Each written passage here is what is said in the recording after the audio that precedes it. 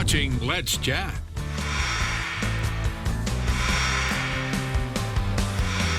We mentioned a few moments ago our friend Chuck Miller from Speedy's Transmission joining us here to talk about some things we need to do to your car, truck, van, motorcycle, what have you. And we say, Chuck Miller, good morning and Happy New Year. Good morning. Happy New Year. Tell Kay and Dave I said hello. I certainly will do that. I saw you laughing a few minutes ago when we did the Oreos and mustard trick. You ought to try it, Chuck, but not while driving. I wouldn't recommend. I'm willing to try anything. That a guy. Once. All right. New Year's here, and of course we've had some wacky weather late December, early January, and there's more strange weather ahead for the weekend. Pick out a few things that we need to do as we get into the colder season for our cars. Well, number one is always tires. With the weather and stuff like that, make sure you keep your tires checked. And like we talk about on the maintenance and stuff like that, when you check your tires, make sure you turn the wheels all the way to the left and all the way to the right. Check the insides of them, because the outside of the tires will look really well, and the inside of the tires, if you've got an alignment issue or whatever, will not be well. And sometimes the belts will be coming through and the outside of the tire look brand new. So it's extremely important when you're checking those tires.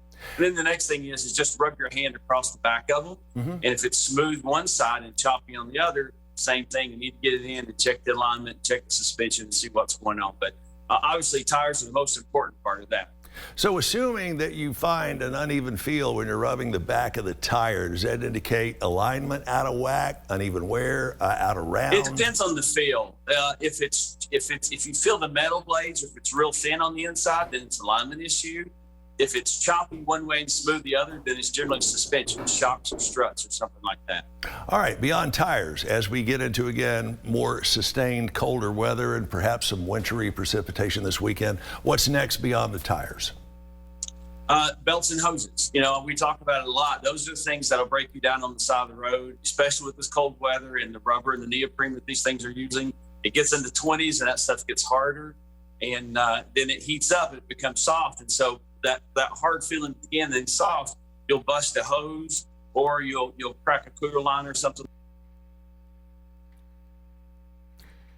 Some people used to say, and again, this does go back a pretty substantial way, that you need to change the viscosity of your oil with the seasons. Is that still a valid point, or is that gone by the wayside?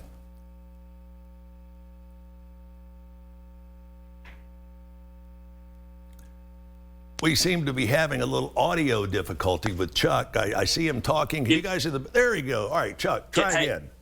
Yeah, what most people don't realize is the W in 10W30 or 5W20, whatever, stands for winter. Most people think it means weight, but no, it actually stands for winter.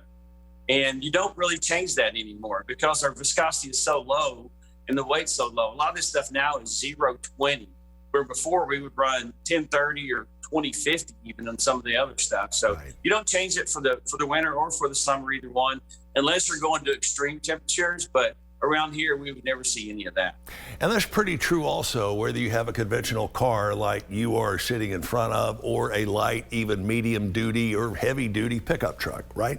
Exactly, yeah. For any commercial vehicles that we drive around here, this area, the climate we have, never really gets hot enough or never really gets cold enough to worry about anything like that.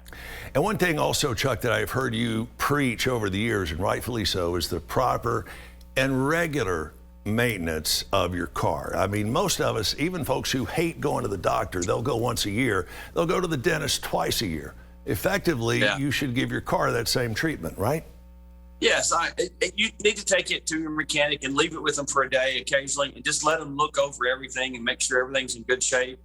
And, you know, if it's a fairly new car, it may wait every couple of years, but once you get past that 30, 40,000 mile range, I'd get in a couple times a year and just leave it with them and let them look over everything and make sure everything's good.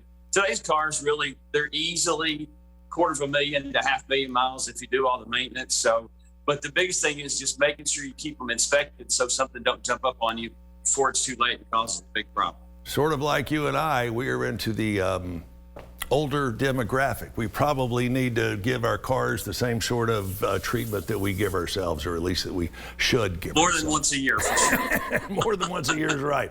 That's the new demographic, more than once a year. All right, Chuck, how do we get in touch with you and your team? 875-2276 is Hixson. 899-7790 is the East Ridge location.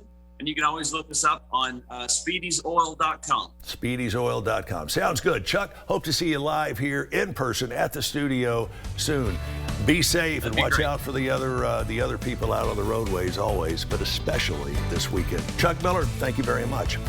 We'll talk more about this wacky weekend weather coming up today at noon.